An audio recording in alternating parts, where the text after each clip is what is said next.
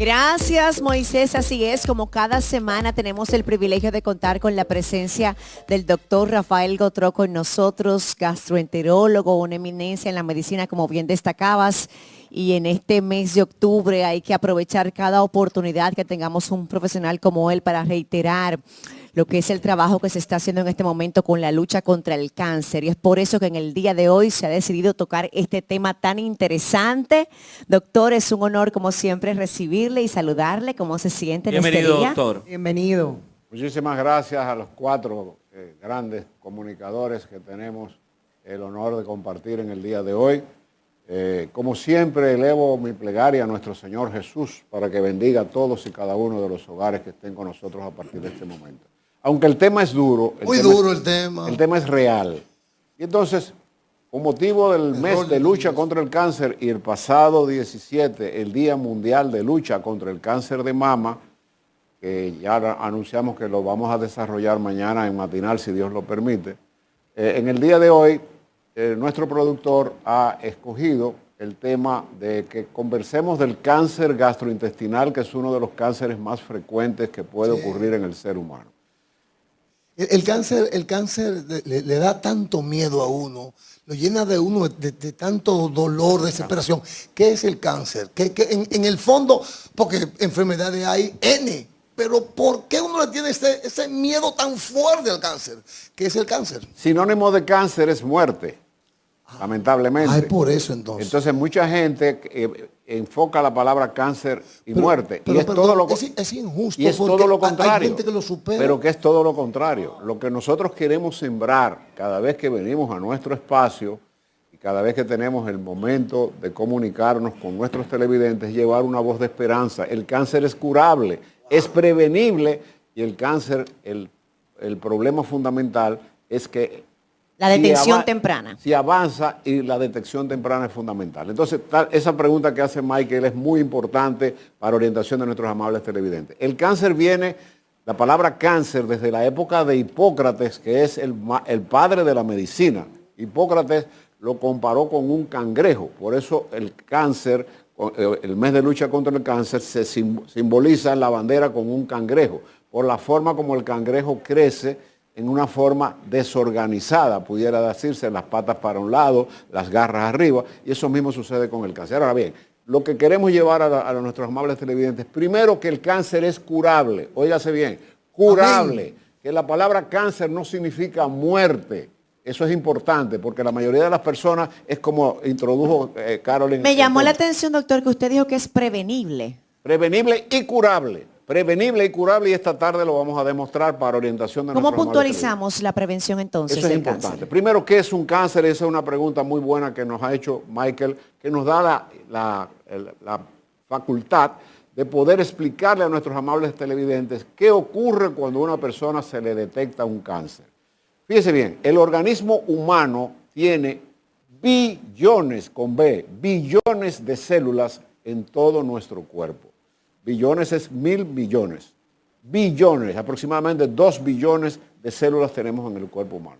La función de la célula desde el punto de vista de la genética, que es fundamental en el cáncer, la genética juega un papel preponderantísimo en lo que es el cáncer. La genética es lo que nosotros tenemos dentro de nuestro propio sistema inmunológico, es el hecho de que qué función tienen esos billones de células dentro de nosotros los seres humanos. Las células nacen, crecen, se multiplican, envejecen y mueren. Y nuevas células nacen, crecen, se multiplican, envejecen y mueren. El cáncer no es más que la desorganización en el nacer, crecer, multiplicarse y morir, que ese tipo de célula al final no muere. La etapa cuando la célula envejece no muere, y células nuevas comienzan a multiplicarse desorganizadamente. No sé si me explico bien claro. Desorganizadamente significa que el orden implica que cada determinado tiempo las células de determinado órgano van a nacer, van a crecer, se van a multiplicar, van a ejercer su función, mueren, y nuevas células permanentemente están ocurriendo en el cuerpo humano. Un cáncer es la desorganización en ese ciclo vital de la célula entre su nacimiento y su muerte.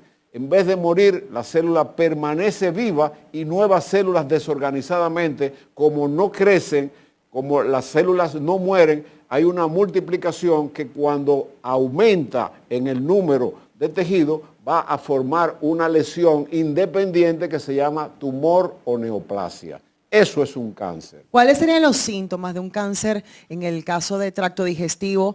Dolor, falta de apetito. ¿Qué uno puede detectar para saber que estás padeciendo ya de cáncer? Y algo que quería que usted me aclarara es que tengo entendido que este tipo de cáncer es uno de los más abrasivos. Dígase que cuando te lo detectan ya está muy avanzado. La gente tiende a no darse cuenta de que tienes este padecimiento. Esa es una muy buena pregunta. Primero, el cáncer digestivo es uno de los más frecuentes que pueden ocurrir en el organismo. ¿Por qué? Porque es muy alto. El tracto digestivo, como lo estamos mirando en pantalla, comienza en la boca con el esófago, sigue con el estómago, sigue con el duodeno, sigue con el intestino delgado, sigue con el colon, pero además tiene órganos adyacentes que pertenecen al tracto digestivo, como lo es el hígado, como son las vías biliares y como es la vesícula biliar y todo el tracto biliar, y el páncreas, que tiene secreción interna y secreción externa. Estamos hablando aproximadamente de 8 o 9 órganos diferentes. Y tal como dice Jessica y tal como introdujo Carolyn y Michael, el cáncer tiene periodos de inicio muy vagos. Es decir, una persona que desarrolla un cáncer, desgraciadamente, en un principio no produce ningún tipo de síntoma llamativo, no sé si me explico, que le llame la atención al paciente. ¿Cuáles son los síntomas que pueden llamar la atención para un cáncer digestivo, que es nuestro tema central del día de hoy? Una pérdida inexplicable de peso, en el cual tú estés comiendo bien, caminando bien, haciendo ejercicio y tú notes que la ropa te comienza a quedar ancha. En segundo lugar, que notes que estás comiendo, pero no estás comiendo con un apetito agradable. O sea, que lo que te estás comiendo, te lo estás comiendo por comértelo por necesidad, exactamente. Eso se llama inapetencia. Es algo llamativo.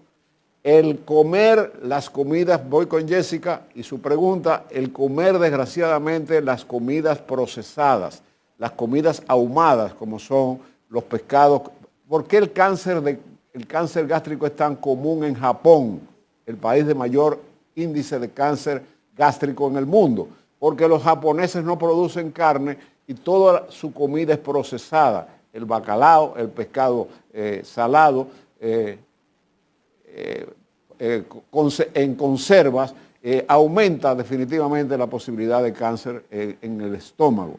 Pero nosotros tenemos también que las hepatitis, la hepatitis B y la hepatitis C, aunque la hepatitis C ya tiene cura, la hepatitis B no tiene cura, pero tiene vacuna.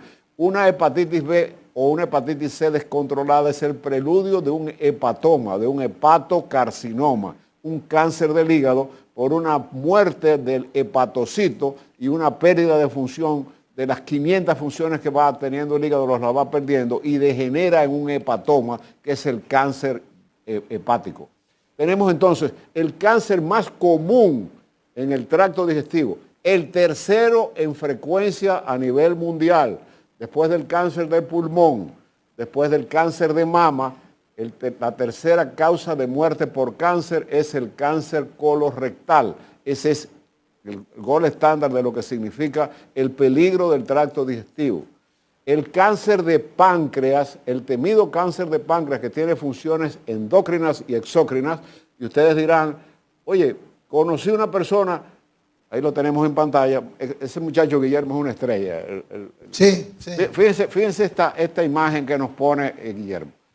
Este es el páncreas, estas son las vías biliares, y cuando el cáncer ocurre en esta forma, la sobrevida es prácticamente nula. Cuando el cáncer, ese es el cáncer de la cabeza de páncreas, uno de los cánceres más metastásicos y de más corta vida que existen en el cuerpo humano. El promedio de vida en un cáncer de páncreas detectado no llega a 2 años a nivel mundial. Entonces, toda esta serie de circunstancias que son factores predisponentes, factores que pueden llevarnos a que se inicie una lesión, ¿cuál es el mensaje nuestro? De que cualquier tipo de cáncer, hablamos del cáncer colorectal, porque es el tercer cáncer causante de muerte en el mundo, en los países civilizados y no civilizados. En la República Dominicana no tenemos estadística, pero es altísima la frecuencia. ¿Qué nos debe llamar la atención en el cáncer de colorectal? Porque estamos haciendo una especie de collage porque es un tema muy amplio y no nos podemos quedar en un solo órgano, tenemos que mencionarlo todo. Este es el cáncer colorectal. Desgraciadamente, el pólipo hiperplásico del tamaño de un granito de arroz es el inicio del cáncer. ¿Cuál es el objetivo de nosotros los gastroenterólogos permanentemente a nuestros pacientes? Llevarles la llamada de atención de que en su debido momento, cuando usted cumpla 45 años, usted, aunque no tenga ningún síntoma, hágase su colonoscopía para detectar ese pólipo que en 3 años va a ser ese tumor que usted está mirando en pantalla. Entonces, la prevención es fundamental en todos y cada uno de los cánceres. En el cáncer gástrico, desde que usted tenga, y no he mencionado, ahí estamos mirando, ese es un cáncer gástrico visto por un endoscopio, visto a través de la endoscopía, ya está tomado el estómago. Pero, ¿qué función tenemos? El Helicobacter pylori, factor desencadenante. Cuando usted tenga Helicobacter, que hay una enorme cantidad de pacientes que tienen Helicobacter que nos están mirando, acuda a su gastroenterólogo. De los síntomas, doctor. Y quítese el Helicobacter. De los síntomas, porque hay gente que los tiene, los síntomas, hace un proceso médico, pero no lo termina y sigue. los síntomas del Helicobacter son los mismos de una úlcera péptica. Dolor en el epigastrio que tú lo puedes catalogar. Señálame dónde te duele. Y el paciente te va a decir, me duele ahí.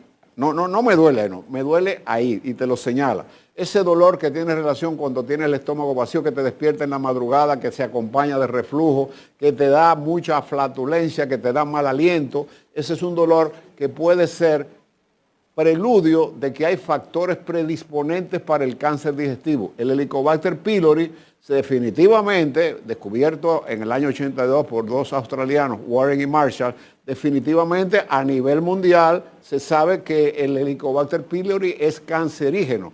Ahora, O sea que para aclarar, una persona con una mala alimentación puede tener cáncer. Sencillo. definitivamente que sí. Pero quiero hacer un stop, una paradita con el que el Helicobacter es sinónimo de cáncer. El que yo diga que el Helicobacter pylori es precanceroso no significa que todo el que haga Helicobacter pylori va a desarrollar un cáncer. Ojo.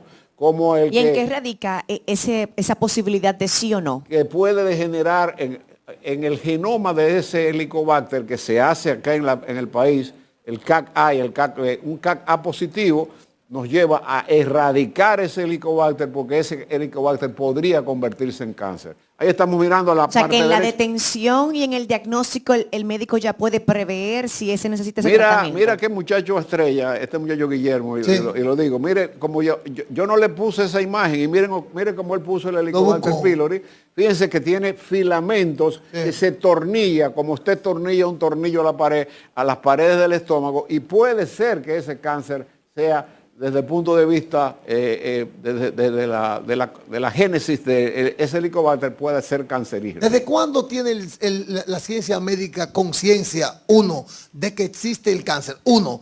Y dos, ¿se podría saber desde cuándo el ser humano integró a su mapa de enfermedades Su mapa el cáncer? genético. El mapa genético. ¿Se puede La saber? genética juega un papel fundamental en el cáncer. Si tu papá, tu abuelito o un familiar directo tuyo tiene un cáncer de colon o un cáncer de próstata, tú tienes que hacerte un peritaje cada determinado tiempo, más que Alex, que no tiene ese tipo de genética. La genética juega un papel fundamental. Entonces, ¿por qué quiero insistir en que el cáncer de estómago es el más frecuente en Japón, pero no por el Helicobacter, sino por la mala alimentación de los alimentos conservados? Pero yo no quiero llevarle la idea de que tengo Helicobacter, me va a dar cáncer. No, lo que tienes que estudiarte, y hay un nuevo consenso que los portadores del Helicobacter pylori se le debe erradicar, deben acudir a un gastroenterólogo porque el Helicobacter se cura. Es la única bacteria que puede convivir con el ácido gástrico, con el ácido clorhídrico. No hay ninguna otra bacteria. Cualquier bacteria que tú ingieras va al intestino, no se queda en el estómago. Entonces, en sentido general, ¿por qué dijimos al principio del programa que nuestro objetivo, cuando Telemicro, el poderoso grupo Telemicro decide que todas las semanas un profesional, en el caso nosotros vengamos a orientar la población, no para traer malas noticias? Nuestra noticia es que usted puede prevenir un cáncer. ¿Por qué? Porque si usted comienza a ver que usted tiene un hábito defecatorio normal, para poner un ejemplo, y estamos hablando del tema, y el tema más importante que es el cáncer de colon. Y usted ve que, qué raro, hace 3 días que no voy al baño, yo voy todos los días al baño, ese es un signo de alarma. ¿Por qué tu hábito defecatorio está anormal? Entonces no te conformes, que la gran mayoría lo hace con tomarte un purgante para evacuar, porque vas a evacuar, pero el problema ya está ahí. Y si tú acudes a tiempo al médico, te puedes curar. En segundo lugar, si tú estás notando que tú comienzas a estar un poco estreñido y que tus evacuaciones vienen muy finitas, y me voy a quedar con el cáncer de colon como el ejemplo de todo lo que significa el cáncer digestivo, eso es un signo de alarma. Significa que las paredes del colon se están inflamando y que la materia fecal no está teniendo la suficiente expansión y está saliendo como si fuera cinta, como si fuera una correa, como esta parte de la correa. O sea, esa materia fecal, así como la corbata, es llamativo. En tercer lugar, si tú comienzas a tener un hábito defecatorio un poco estreñido, constipado, y comienzas a ver que cuando te pasas el papel ves sangre, ese es un signo de alarma. Es un signo de alarma y muchas personas lo pasan desapercibido.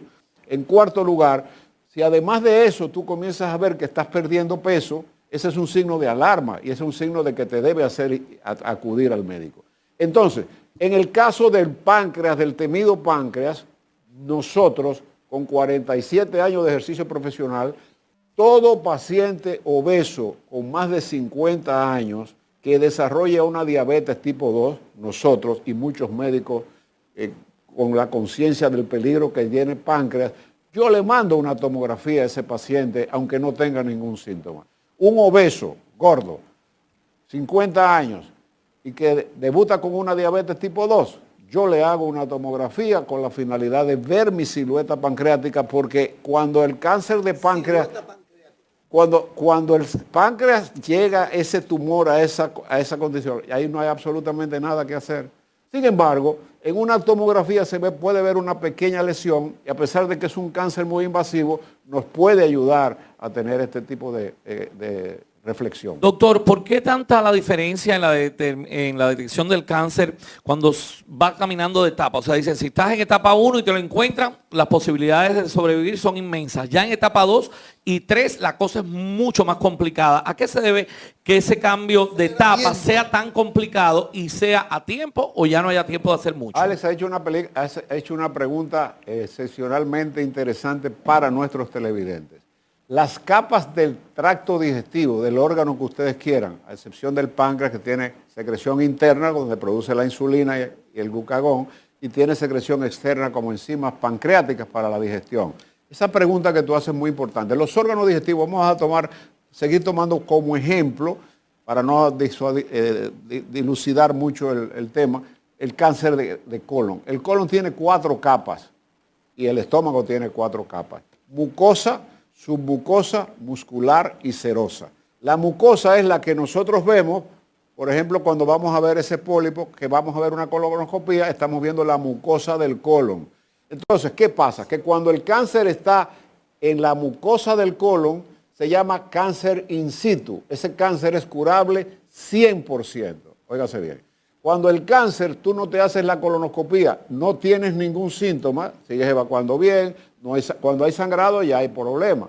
Y toma la mucosa y la submucosa, ya estás en etapa 1 del cáncer. Esas son las famosas etapas.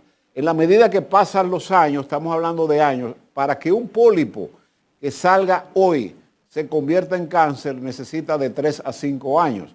Si tú en 3 o 5 años no te hiciste tu colonoscopia y tienes 45 años, o tu papá o un abuelo directo murió de cáncer de colon, tú debes comenzar tu peritaje a los 40. Por eso es que yo digo con toda autoridad que el cáncer se cura y es curable. Si es detectado en esas etapas, el 99% de estos pacientes están vivos. Es como el caso de ustedes las damas, que si ustedes logran detectar el pequeño bultito con los autoexámenes y acudiendo a su ginecólogo a hacerse su ¿Cuál es sonografía, el método, doctor, para en esa etapa poder curarlo? simplemente o se hace una colectomía si hay el peligro de células, hay varias etapas. Los adenomas tienen mayor tendencia a evolucionar hacia la malignidad. El hiperplásico casi siempre va a ser benigno, un tumor benigno. La diferencia entre un tumor benigno, que esa es una pregunta que es importante que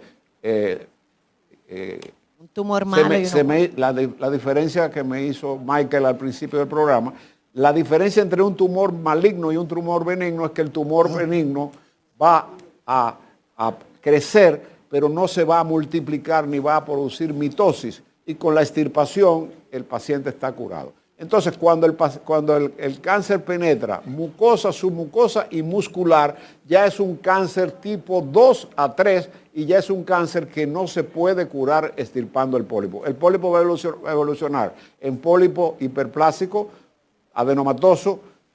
El precáncer de un pólipo es que en la biopsia de quitar el pólipo salga adenoma velloso, que haya displasia. La displasia significa que hay un cambio, pero que todavía ese cáncer puede revertir. Al no extirparse sería quimioterapia y radioterapia. No, en etapa 3 y en etapa 4 lleva, y esa es otra muy buena pregunta, con el colon estamos explicándolo todo para la orientación de nuestros televidentes. En etapa 3 y en etapa 4 lleva cirugía.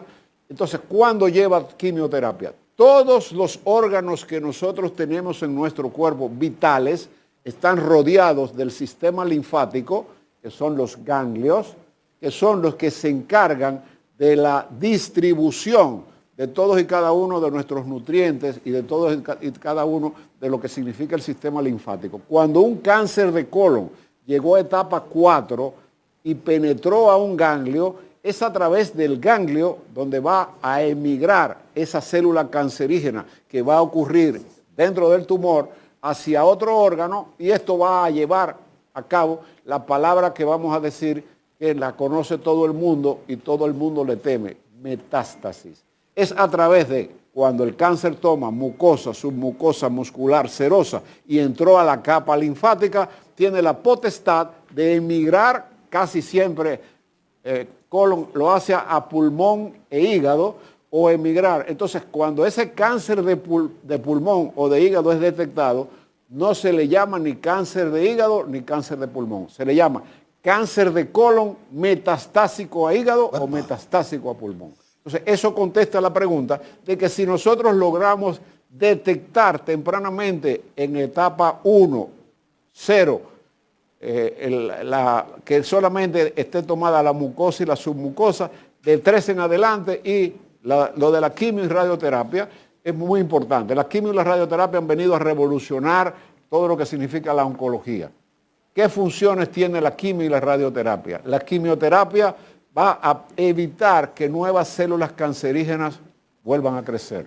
La radioterapia, que es totalmente diferente, va a fijar el tumor y no lo va a dejar crecer. En los casos de tumores muy grandes se le da radioterapia antes de la cirugía, con la finalidad de que el tumor se quede encapsulado, que no crezca y no haya que abrir, como dicen, lo abrieron y lo cerraron. Es un término muy dominicano. Sí, sí. Se abrió y no había nada que hacer. Cuando ya hay una metástasis generalizada que coge todo peritoneo, no hay nada. Supongo que el próximo martes vamos a seguir tratando el tema.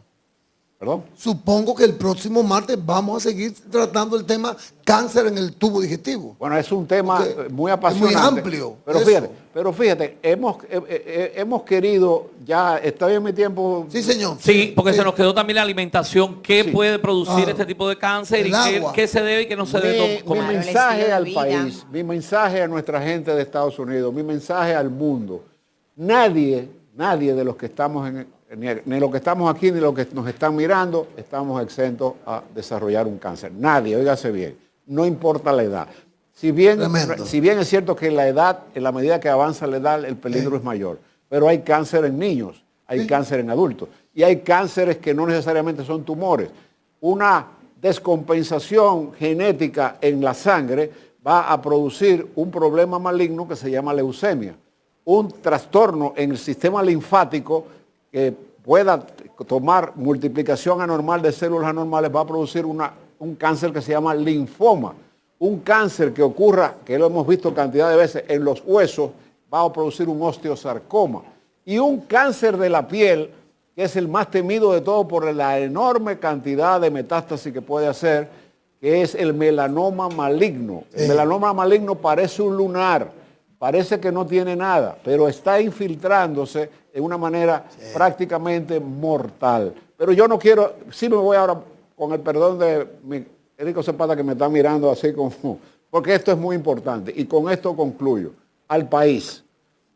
Dijimos al principio del programa que el cáncer se cura y se previene. ¿Qué usted tiene que hacer para hacerlo? Evite los problemas que pueden desarrollar duda en su persona, como hábitos defecatorios, pérdida de apetito, pérdida de peso, etc. Hágase un examen médico mínimo una vez al año que incluya cómo está su hemograma, cómo está su azúcar, cómo está su colesterol. Acuda a su médico periódicamente. No espere tener síntomas para acudir al médico. Esto es la clave de lo que hemos dicho en el programa de hoy. El que usted acuda a su médico sin que le digan, vine porque me siento muy mal, usted está luchando en contra del cáncer, y en el caso del cáncer de mama, el solo hecho de nosotros detectarlo tempranamente, estamos curando el cáncer de mama y estamos luchando contra este terrible flagelo. Y la última pregunta que hiciste, ¿desde cuándo se habla de cáncer? El primero que habló de cáncer fue Hipócrates. ¿Fue?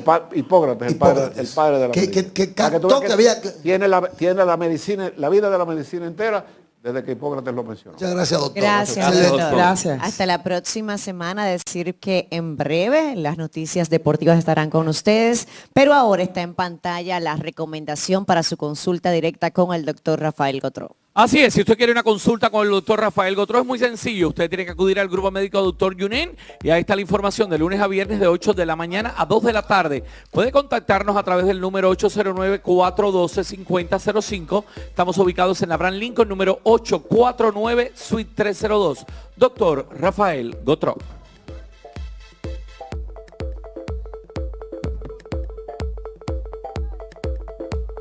¿Para qué me invitan si sabe cómo me pongo?